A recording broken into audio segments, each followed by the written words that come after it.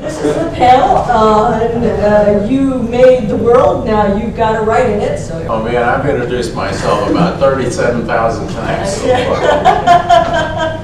Right, I write the Mythgar series, the Fairy series, the Black Fox series. I'm Matthew Peterson. I've created some worlds in short fiction, but now my first novel, Paraworld Zero, is my first world that I created that will continue on in a series coming out in January, so it's not out quite yet. So it's young adult, so it's a little bit more mild. The world that I have created is I guess you could call it similar to like a Harry Potter meets Star Wars. So a cross between fantasy and science fiction.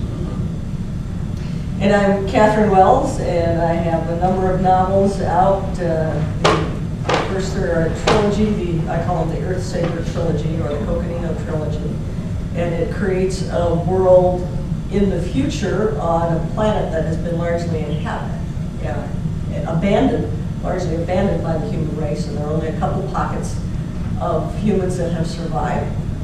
And then perhaps more familiar is the Mother Grimm, which creates a world that's confined to a bubble, something like the biosphere.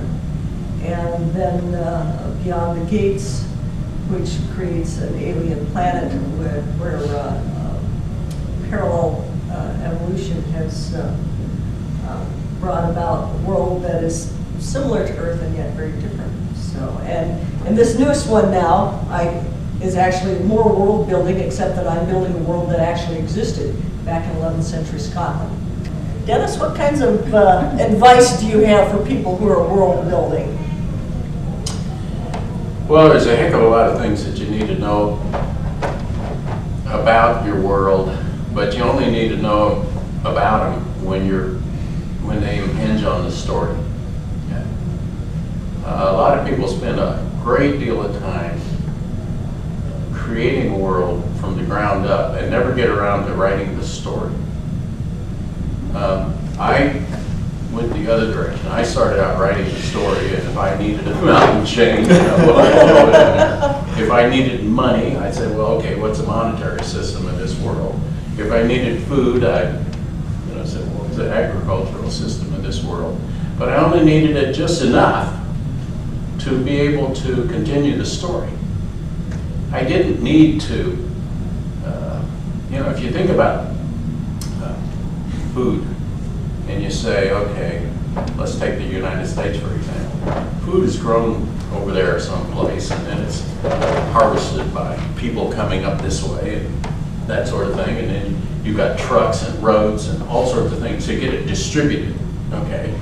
Well, you don't need to know that in a story unless it impinges on this story. What you need to know is you can go into the grocery store and get the food that you need. Or you, more likely, is you go to your pantry and it's there. Yeah. Okay, that sort of thing.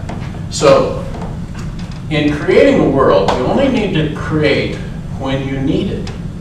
Creating a world, you basically have a pretty good concept of where you're going to go. And then you only throw the things in when you need to throw them in.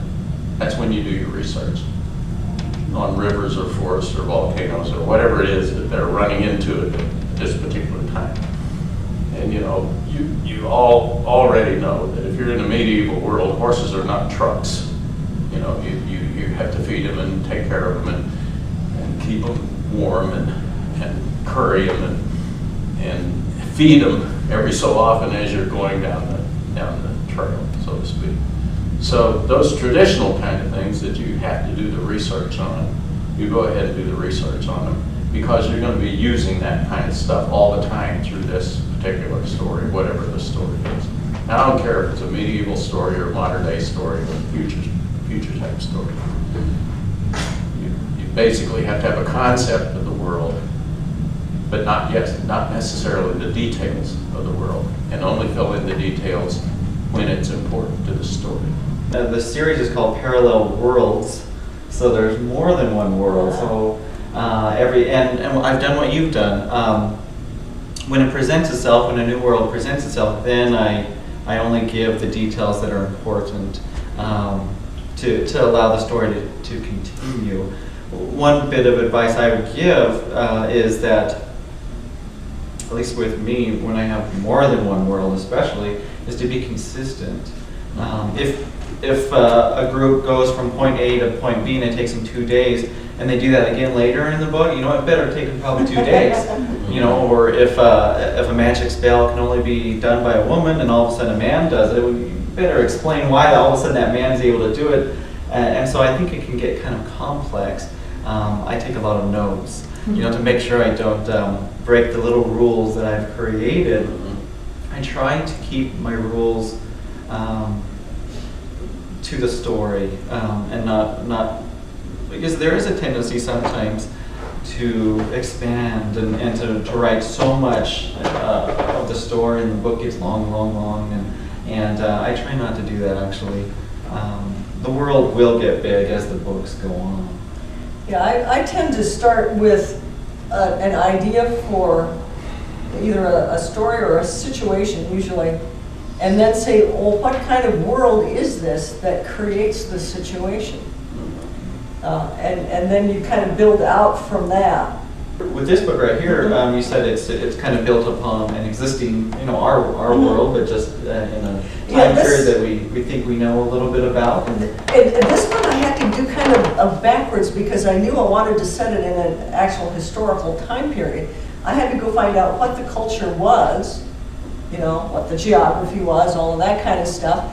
And it was very frustrating because it's not recorded. Oh, the geography obviously is recorded. But the culture of 11th century Scotland is not recorded. There are no extant records of how the people lived. I mean, we have some archaeological evidence. We know that culture came from Ireland. In my Mythgard series, elves, when they hit about 30 years old, they stop aging. They can be killed or poisoned or what have you. But essentially, if they don't run into some kind of accident or some kind of on-purpose death, then they're immortal. Okay. Now, if you could live forever, and you'd live for 2,000 or 3,000 years, what would your culture be like if all that culture was that way, or maybe 10,000 years, or 15,000 years? What would they eventually turn to? Would they just be weird for living, or would they take on some role? Did they struggle for power in the beginning? Did they conquer each other in the beginning? So what shapes the culture, and how does it change under those forces? And depending on what you're writing about, you have to think of those things. You don't have to use them. You just need to know, well, how would this person react in this particular situation, given that culture that they were raised in, and given his path through life.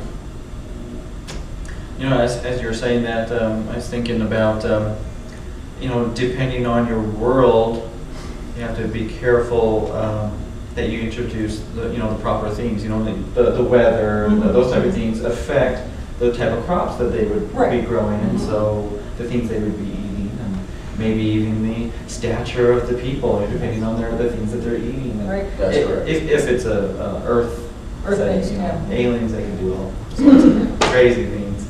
Well, I'm not sure aliens can do all sorts of things. They can have all sorts of crazy shapes. Yeah. But they're still affected by they still have laws. it depends on what their environment is that's driving them, and what their culture is, how they evolved out of the primordial soup. Yeah. So.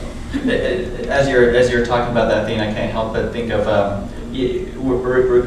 regardless of whether you believe or not believe the Bible. The first few chapters talk about people that lived hundreds of years, and I thought about that.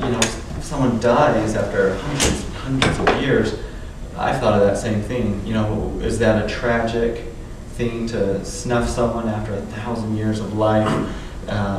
What would that do to their family? What would that do? Is that a huge thing to happen, or is it just finally a release? But it also would be very tragic if they died, because you lose that function. So much history.